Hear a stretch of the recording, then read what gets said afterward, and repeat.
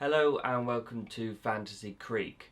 I'm Aaron Draper and today we're going to be playing The Warlock of Firetop Mountain. It's a fighting fantasy novel by Steve Jackson and Ian Livingstone. And this is the first in their sort of production of books that they made together. Some of them made together, some of them made separately, but all part of a big sequence of books.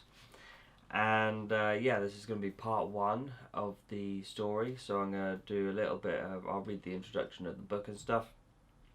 And as you can see down here, I've got my printed Fighting Fantasy adventure sheet with all my bits and bobs. And I've got my dice ready to start rolling my character and stuff, so I'll be building my character and all that. So, my name for my character's adventure is going to be Bold Marigold.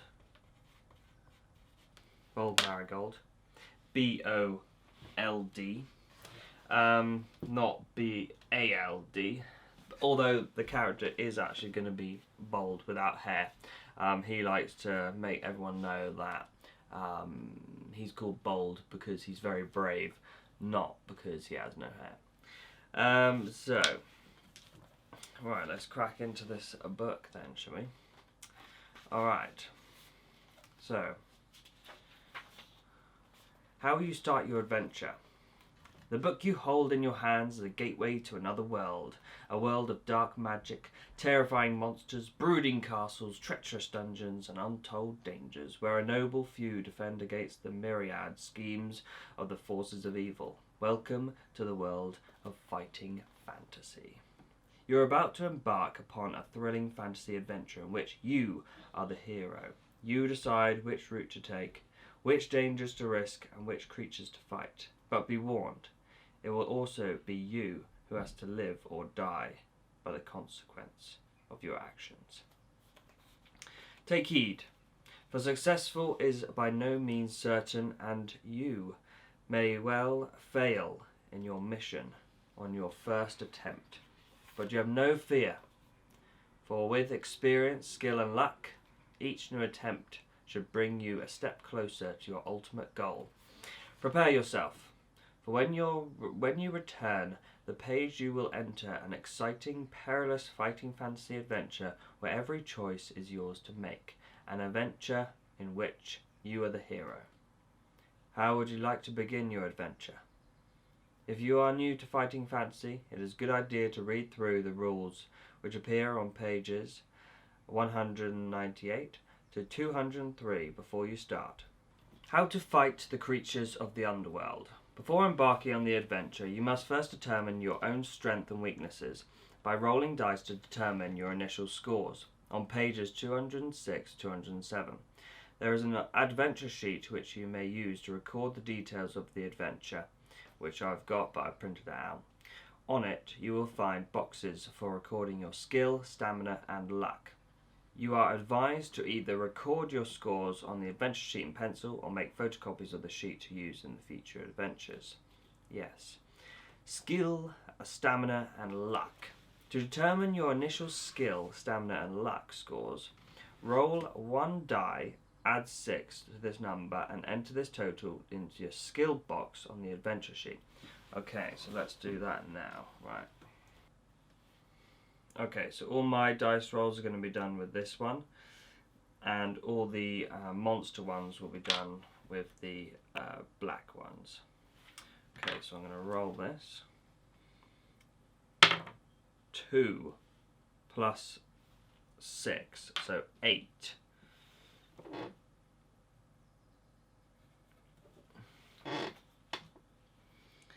And then roll both dice, add 12 to the number rolled, and enter this into your stamina. Eesh. So 5, 17. And enter for your luck. So 1 plus 6.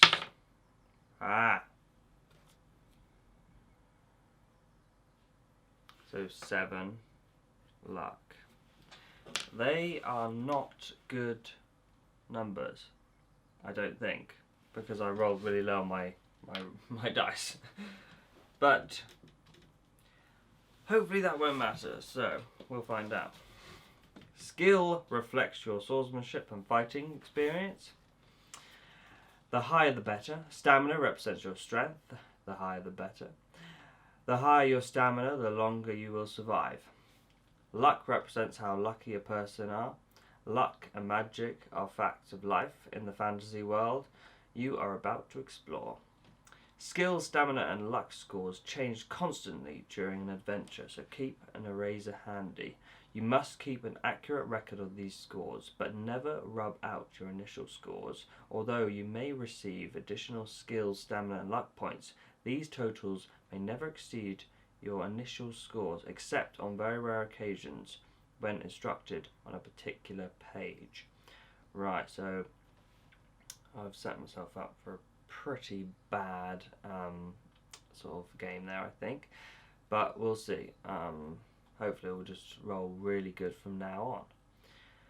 When you are told to fight a creature, you must resolve the battle as described below. First, record the creature's skill and stamina scores as given on the page in the empty monster encounter box on your adventure sheet.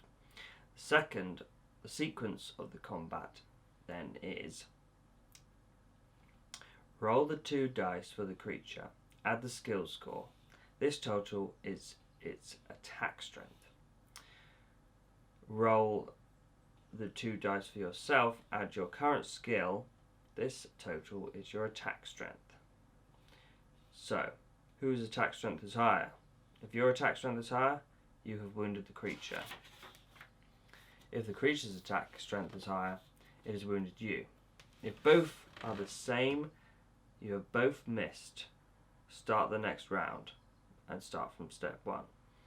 If wounded the creature, subtract 2 points from its stamina score.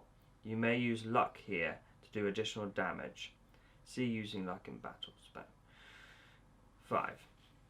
If a creature wounded you, subtract 2 points from your stamina score. You may use luck to minimize the damage. Make the appropriate changes to either the creature's or your own stamina scores and your luck score if you used any. And begin the next round. Repeat 1 to 6. This continues until the stamina score of either you or the creature you are fighting has been reduced to 0 death. Escaping from battle. On some pages you will be given the option of escaping from the battle. You may only escape if it is offered to you on the page. If you do run away, the creature automatically scores 1 wound on you. Subtract 2 stamina points as you flee. Such is the price of cowardice. You can use luck on this wound in the normal way. Luck.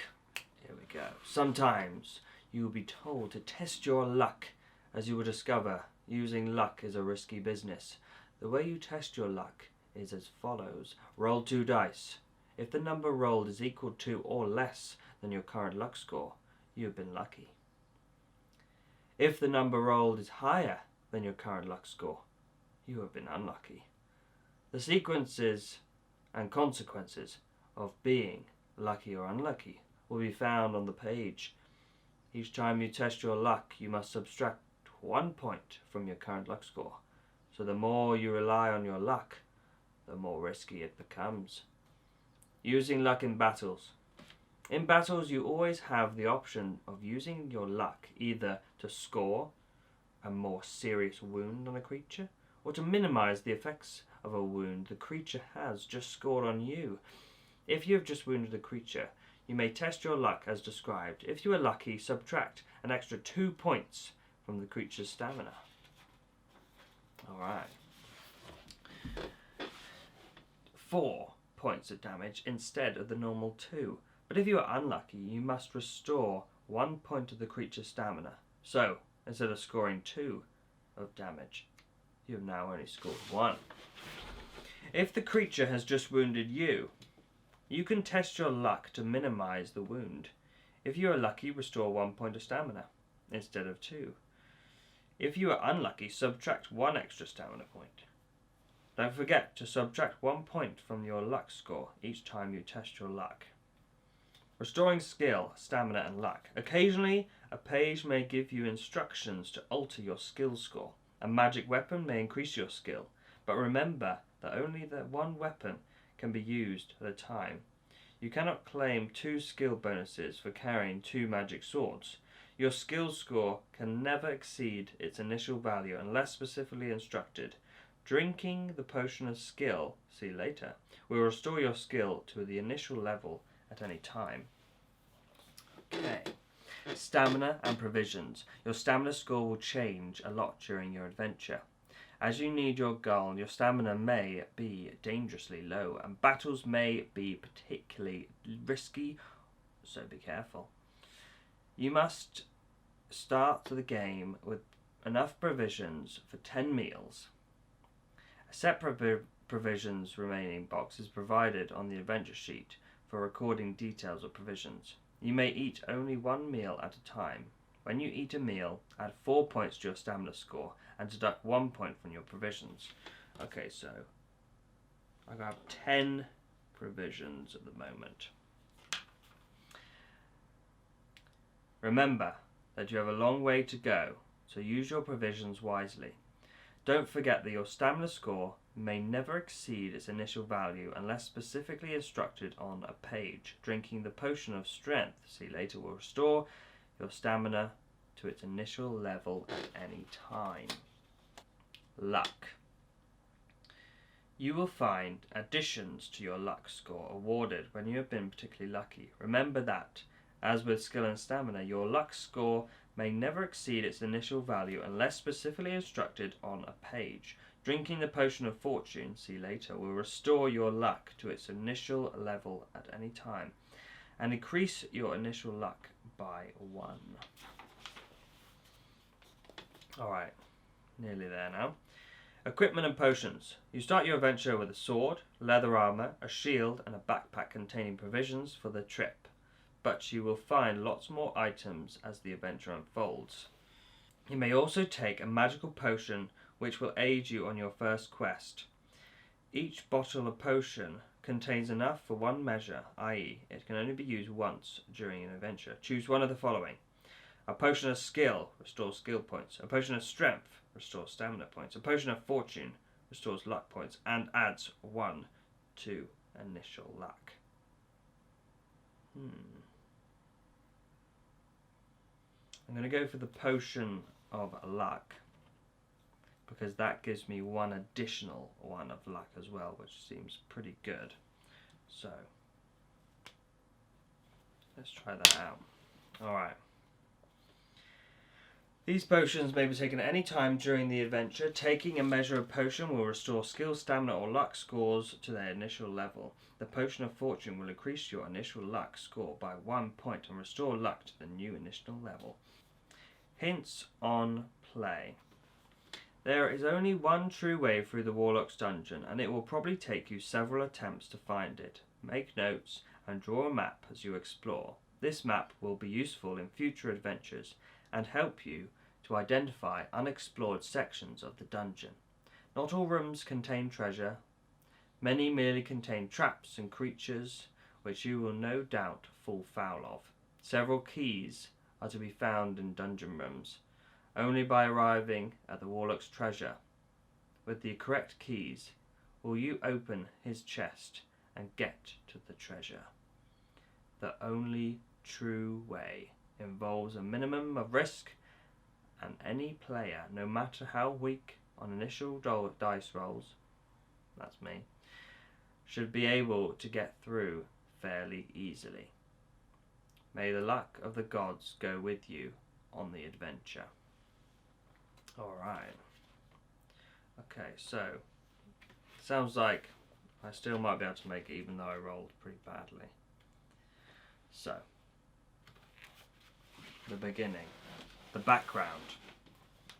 So we got 2 pages of just the general background to the story. Alright. Only a foolhardy adventurer would embark upon such a perilous quest without first finding out as much as possible about the mountain and its treasures. Before you arrive at the foot of Firetop Mountain, you spend several days with the townsfolk of the local village some days before. 2 days have gone by from the base. Being a likeable sort of person, you found it easy to get on with the local peasants, although they told many stories about the mysterious Warlock Sanctuary. You could not feel sure that all, or indeed any, of these were based on fact. The villagers had seen many adventurers pass through on their way to the mountain, but very few ever returned. The journey ahead was extremely dangerous. That you knew for certain. Of those who returned to the village, none contemplated going back to Firetop Mountain. There seemed to be some truth in the rumour that the Warlock's treasure was stored in a magnificent chest with 2 locks, and the keys to these locks were guarded by various creatures within the dungeons. The Warlock himself was a sorcerer of great power. Some described him as old, others as young. Some said his power came from the enchanted deck of cards. Others said the silky black gloves that he wore.